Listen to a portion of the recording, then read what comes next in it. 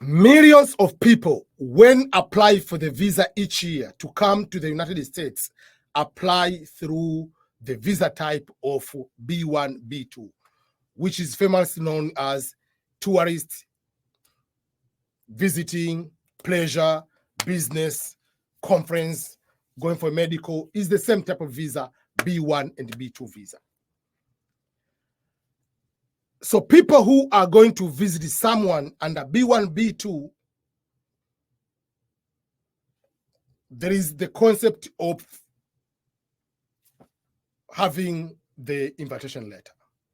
So what is the invitation letter? And what are the important things to be included in the invitation letter? And who needs to write that invitation letter? What documents are supposed to be attached along the invitation letter? I'm talking to the United States. Some countries have different requirements when someone is writing the invitation letter. Some of the Schengeni, some of the European countries have different ways. Some they require even a person who is inviting you to go and do the police clearance or to pay insurance, whatever. Some of the European countries have different. But this is a process in America, is a base. You can add or remove whatever depending on the country to country. So the invitation letter, any person can write an invitation letter as long as that person is legally in the United States. I've seen or I've heard some cases where someone says, oh, I have my uncle, my relative, whatever, but doesn't want to invite me because he says until he's a citizen or is a green card holder, now he cannot invite me because he's just having a work visa or is just maybe is a student. Even a student can invite a person. As long as you are legal in the United States, you can invite any person. That's number one. So don't find excuse of not inviting someone just by telling you, oh, you know, because I'm not a citizen, so I cannot invite you. Or I'm not a green card holder, I cannot invite you. As long as you are legal here, you can invite anyone.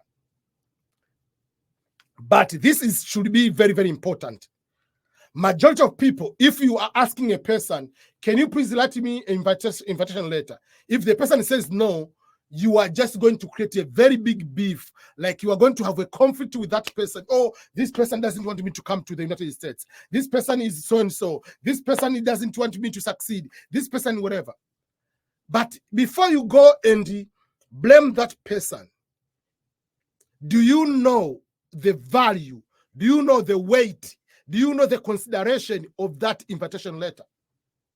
What percentage does that invitation letter play for you to be given the visa?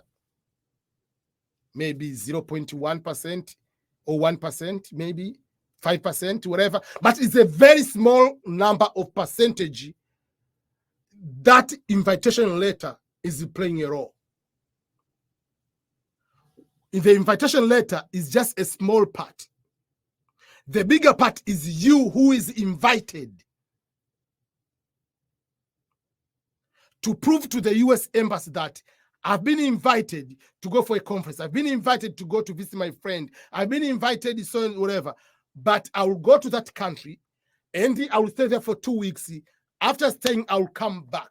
So prove to the US Embassy that you are not planning to disappear. You are not planning to overstay. You are not planning to go there and become a permanent resident because you are applying for what we call non-immigrant visa. So prove you'll come back. So it's not the person. It's not the bank statement of the person who is inviting you. It doesn't matter, that bank statement. It's you who is invited. So before you blame the person for not writing invitation letter, prepare yourself, your professional profile. How does it look like? So if that person decides to write the letter will have the following things. Number one,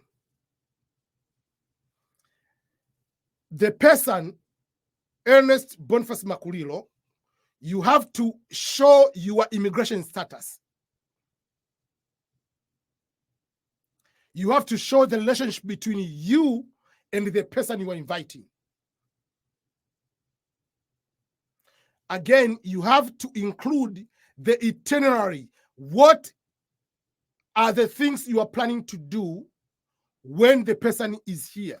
Because if you come here and you are planning to rob some people, whatever, you have to articulate not everything, but the tentative plans, which will show the purpose of the visit technically.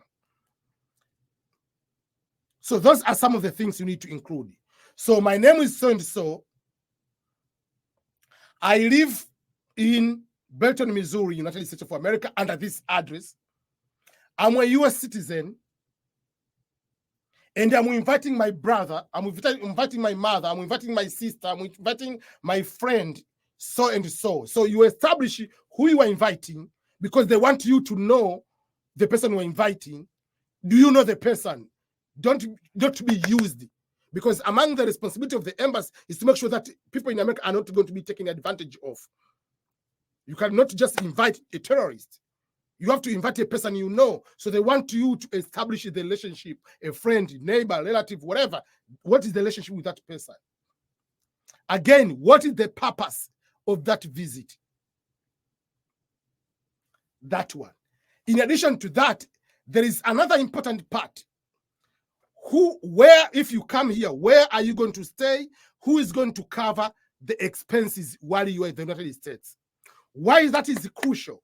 Because that one is going to determine the bank statement, is going to determine how much money you need to have for you who is invited to spend in the US while you are here.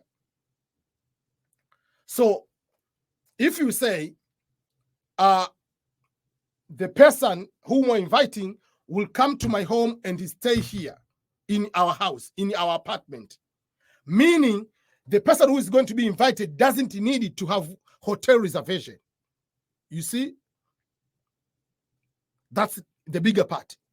And then, because I'm staying here, my expenses will go down compared to if I say I'm going to visit on my own, I'm going for honeymoon on my own, I need to have all these kind of plans, tickets, and all those kind of things in advance.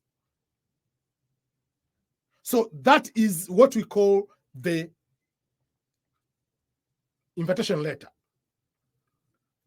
Who you are, the person, I'm the one inviting. Who am I in terms of names, immigration status, relationship to the person I'm inviting, the reason of inviting, plus the itinerary, and who is going to cover the expenses of that trip. And then I'll attach the documents to prove that my identification and my immigration status. If I'm a US citizen, I can just give the passport. The passport will act as identification and also the immigration documentation. But let's say if you say I'm green card holder, you will put your passport of your country. If you are from Ghana, if you're from Kenya, you're Tanzanian, you will put your passport page and you will put your green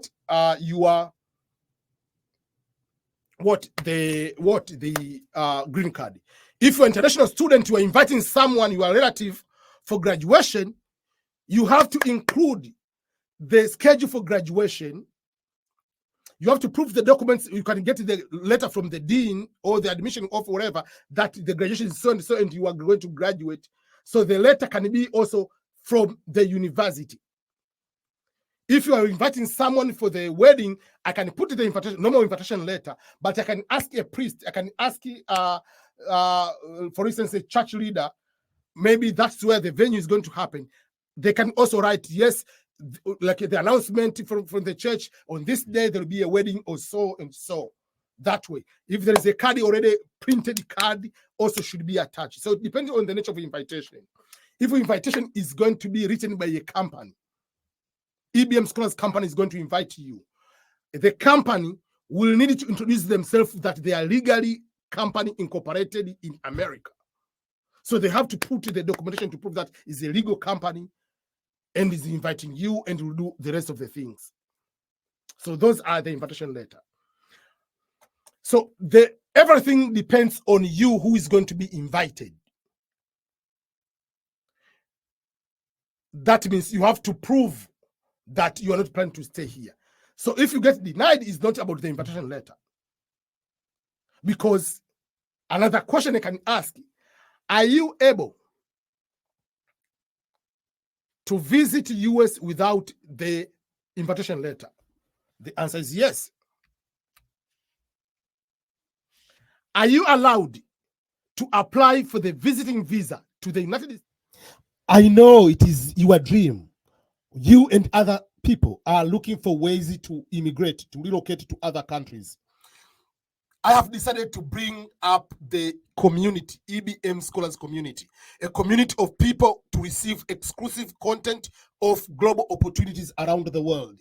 So this platform, this community, what you need to do is to become a member. By becoming a member here, you can be able to become a member. And also, if you are already a member, you can just log in on the EBM Scholars platform, and the website is ebmscholars.locals.com. If you go to that website, you'll be able to see and receive exclusive content about all opportunities you are looking.